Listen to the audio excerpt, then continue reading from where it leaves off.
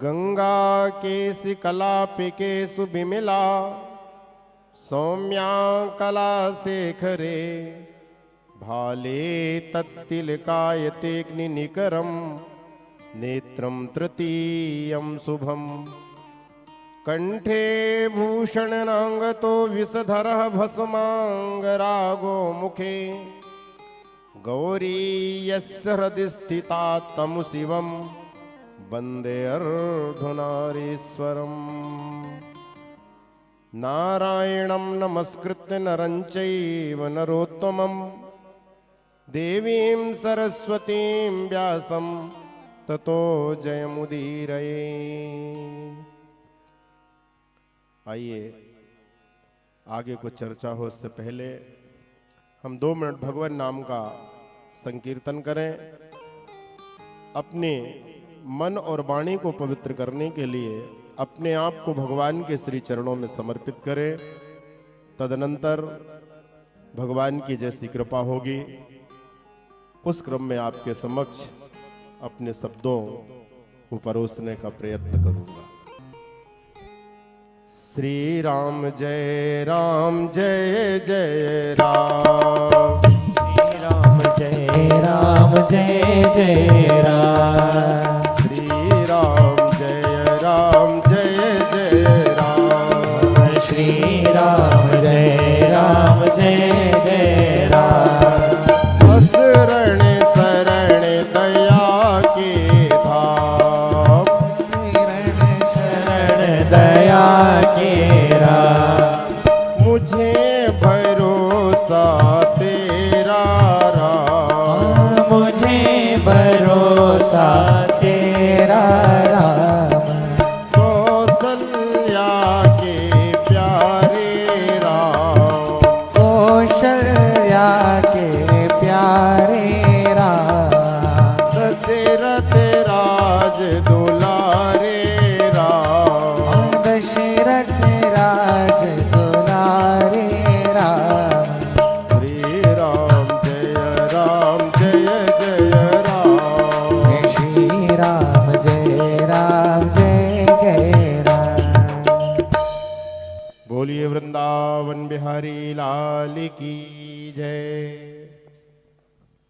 परम मंगल में श्रीमद् भागवत ज्ञान यज्ञ सप्ताह के इस पावन पुनीत महामहोत्सव में भगवान की दिव्य मांगमयी मूर्ति श्रीमद् भागवत जी की चरण सन्निधि में हम सब विराजमान हैं और ऐसे श्रीमद् भागवत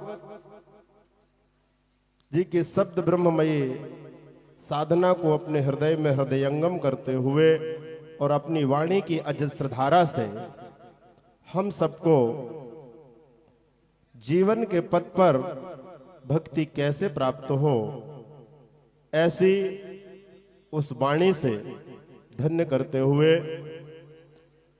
व्यासपीठ पर आसीन संस्कृत के उद्भट विद्वान परम सम्माननीय डॉक्टर श्री अखिलेश कुमार जी मिश्र, जिनकी वाणी के माध्यम से हमने सप्ताह ज्ञान यज्ञ को अपने करणों के माध्यम से श्रवण किया और अपने जीवन को धन्य बनाया। इसी क्रम में मंच पर विराजमान हमारे वैदिक विद्वान, जिनकी वैदिक विधा से यह ज्ञान यज्ञ संचालित हुआ, सामवेद की स्वर सरिता से भक्ति भाव में सबको रसासक्त कर रहे हमारे सभी संगीत के साधक गण, मंच के समक्ष विराजमान आज के इस कार्यक्रम में हमारे बगलामुखी भक्त परिवार से भी जुड़े हुए हमारे सम्मान्य श्री ऋषि सिरोठिया जी, सम्माननीय अपर कलेक्टर महोदया श्रीमती दिव्या अवस्थी जी, मंच के समक्ष विराजमान हमारे अभिनव संस्कृत साहित्य के उद्भट विद्वान श्री अभिनेश अटल जी, और जो अभी हम सबके बीच में कार्यक्रम में पूज्य व्यासपीठ को नमन करने के लिए संचालन कर रहे थे सम्माननीय श्री सत्येंद्र ज्योतिषी जी।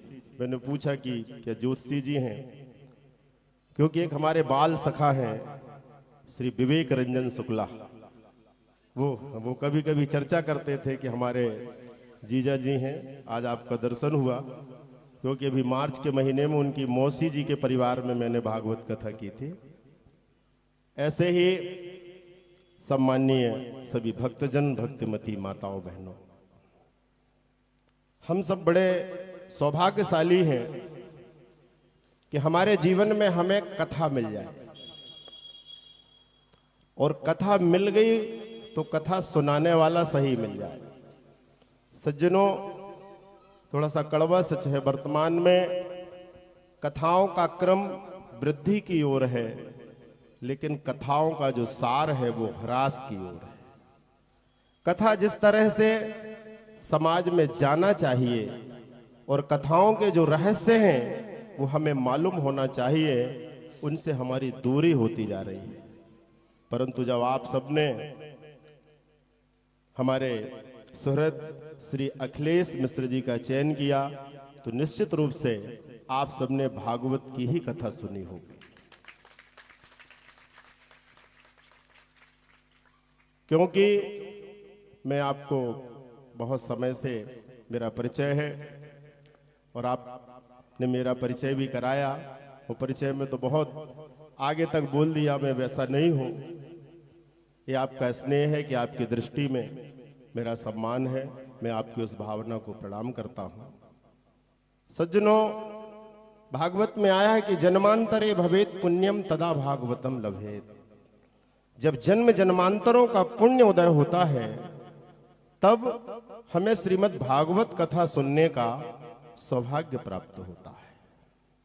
अभी आपने श्रवण किया कि 7 दिन कथा सुनने के बाद सुखदेव जी ने जब परीक्षित से पूछा कि तुमने कथा सुनी तो क्या, तो परीक्षित ने उत्तर दिया कि महाराज मैं मर जाऊंगा। तो सुखदेव जी ने डांट दिया कि तुम तो राजन मरिष्येति पशु बुद्धि इमाम जही, अभी भी तुम्हारी ये पशु बुद्धि है। 7 दिन की भागवत कथा सुनने के बाद भी तुम्हारे मन में ये भय बना हुआ है कि मैं मर जाऊंगा। सज्जनों, हमारे जीवन में 4 ग्रंथ ऐसे हैं जो हमें कुछ ना कुछ सिखाते हैं और जिन्होंने बहुत बड़ी शिक्षा दी। श्रीमद् भगवत गीता जी हैं, हमें करना सिखाती है। श्री महाभारत जी हमें रहना सिखाती हैं।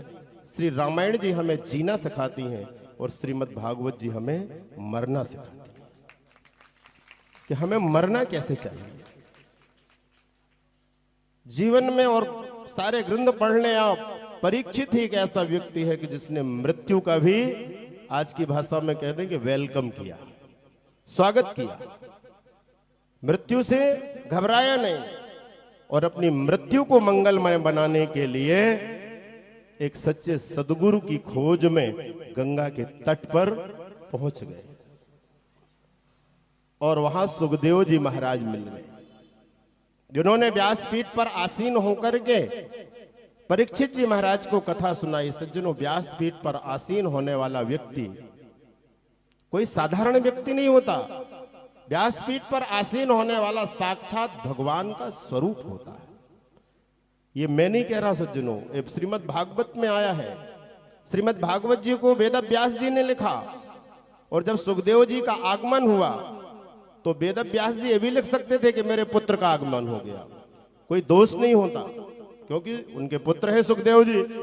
लेकिन उन्होंने अपनी वाणी से और गणेश जी की लेखनी से जो वह शब्द वहां आया, तत्राभवत भगवान व्यास पुत्र, स्वयं भगवान ही परीक्षित का कल्याण करने के लिए व्यास पुत्र सुखदेव बन करके आ गए। तो इसलिए जो व्यास पीठ होती है वो भगवान की पीठ होती है और भगवान की पीठ पर बैठने वाला, उसकी वाणी से वो व्यक्ति नहीं, भगवान की वाणी निकलती है जो हम सबके जीवन का कल्याण करती है। इसलिए इस भागवत के बारे में कहा गया, सदा सेव्या श्रीमद् भागवती कथा। ये भागवत हमें हमेशा सुनना चाहिए, इसका सेवन हमें हमेशा करना चाहिए। तो प्रश्न उठता है कि इससे होगा क्या? यस्याह श्रवण मात्रेण हरिश्चित्तम समाश्रये। इसका श्रवण करने से भगवान के चरणों में हमारी रति होगी, हमारी मति भगवान के श्री चरणों में समर्पित होगी। क्योंकि ये भागवत जो है तेनेयम वांगमयी मूर्ति प्रत्यक्षम वर्तते हरि, साक्षात भगवान का स्वरूप है।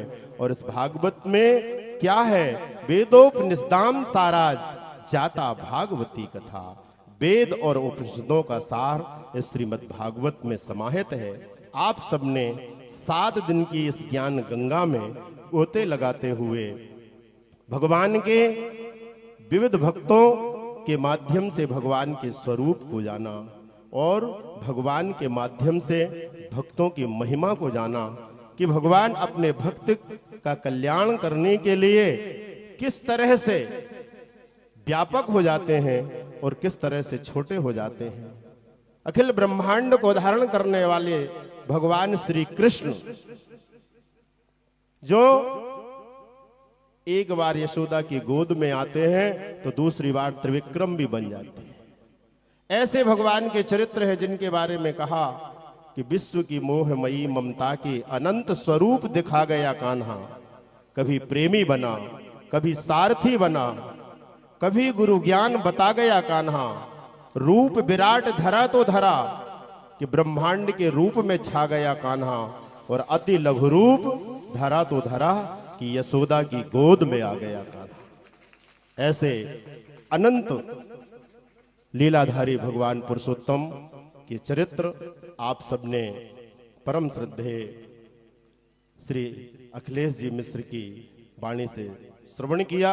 निश्चित रूप से आप सब सौभाग्यशाली हैं कि हमें अधिकारी व्यास प्राप्त हो जाए और अधिकारी व्यास से हमें कथा सुनने का सौभाग्य प्राप्त हो, ऐसा आप सबको प्राप्त हुआ। आज के इस पावन क्रम में व्यास जी के आदेशानुसार मुझसे भी जो टूटी फूटी भाषा से बना मैंने आपके समक्ष परोसने का प्रयत्न किया। व्यासपीठ को प्रणाम करते हुए और आप सबके हृदय में बैठे हुए उस परम तत्व अखिल कोटि ब्रह्मांड नायक भगवान को मैं बारंबार प्रणाम करता हूं। और इसी तरह से ऐसे आयोजन यहाँ होते रहें इसके लिए मंगलाशंसन करता हूं। बोलिए श्रीमद् भागवत भगवान की जय।